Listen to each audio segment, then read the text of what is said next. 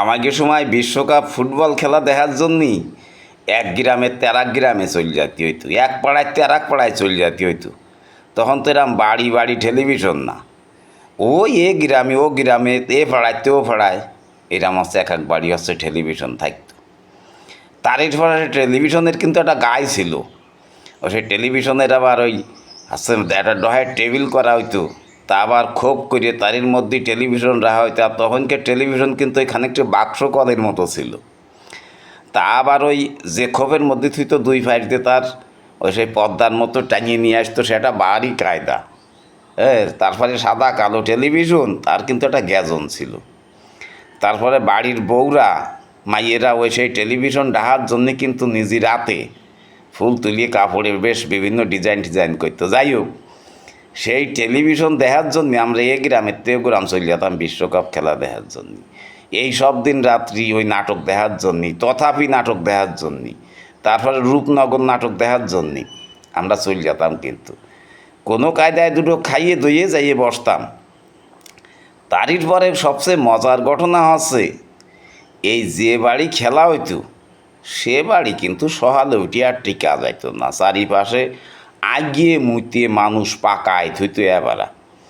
আর ওই বসতে হইতো কিছু জানো, গ্রামে তখন ওই ফল বিচলির কিন্তু এরম গাদা দিয়া থাকতো।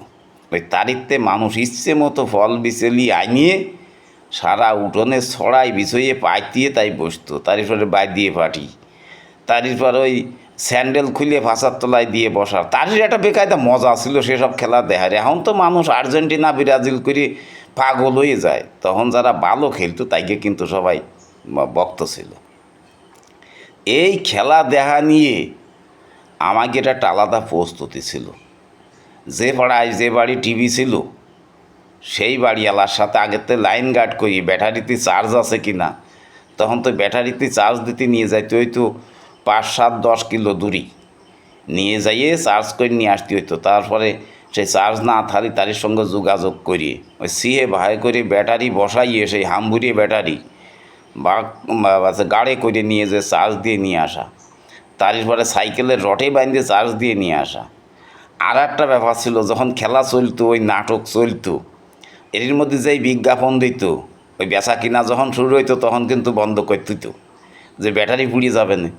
তারপরে আবার তো এইভাবে আমরা তখন ওই বিশ্বকাপ খেলা দেখেছি, ওই বিভিন্ন নাটক দেখেছি। এই সময় কিন্তু একটা মজা ছিল। তখন মানুষের মধ্যে এরকম হিংসা বিদ্বেষ কিন্তু ছিল না। মানুষের বাড়ি গেলেই তারা হচ্ছে সেইভাবে তারা আদর আপ্যায়ন করতো। এখন কারোর বাড়ি যাইয়ে এরম হচ্ছে রাতের পর রাত দিনের পর দিন বসে থাইয়ে বিড়ি গেজলি আগিয়ে মুইতে ফাহাই তুলি কেউ সহ্য করবে? তখনকার মানুষের মধ্যে কিন্তু এই ভালোবাসা ছিল। এখন আর তা নেই। এখন তো ঘরে ঘরে টেলিভিশন, ঘরে ঘরে বিভিন্ন রকমের যুক্তি বাইরে হয়েছে, তাই সব দিয়ে সব খেলা দেখতেছে। মোবাইল ফোনে এক খোঁচা মারলি চলিয়ে আসতেছে। কিন্তু আমরা এই পালি দেখেছি। আর ওই সময় খেলাধুলো শেষ হলে সহলে যখন ওই বাড়িওয়ালা বাইর হইতো, জানি নে তার মনের অবস্থা কী হইতো, কিন্তু কারোর এই নিয়ে কোনো জ্ঞানজাম ঝগড়া কাজে করতে দেখিনি। তখন আমরা কিন্তু ভালোই ছিলাম।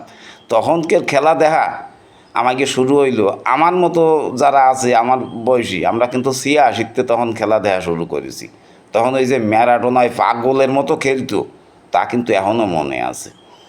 তারই পরে আস্তে আস্তে করে করে তো সব ঘরে ঘরে এখন টেলিভিশন হয়ে গেছে। এখন কত যুক্তি যাত্রা বেরিয়ে গেছে, এখন তো আর মানুষেরই নেই। কিন্তু মানুষের মন মানসিকতা কিন্তু সেই আগের মতো নেই। আগে বিশ্বকাপ খেলা দেখা মানে এটা বেকায়দা ব্যাপার ছিল কিন্তু আমাকে মধ্যে। সেই মজা কিন্তু এখন আমরা খুঁজে পাইনি।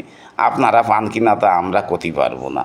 সবগুলির জন্য বিশ্বকাপ দেখার মতো সবগুলি ভালো থাকবেন।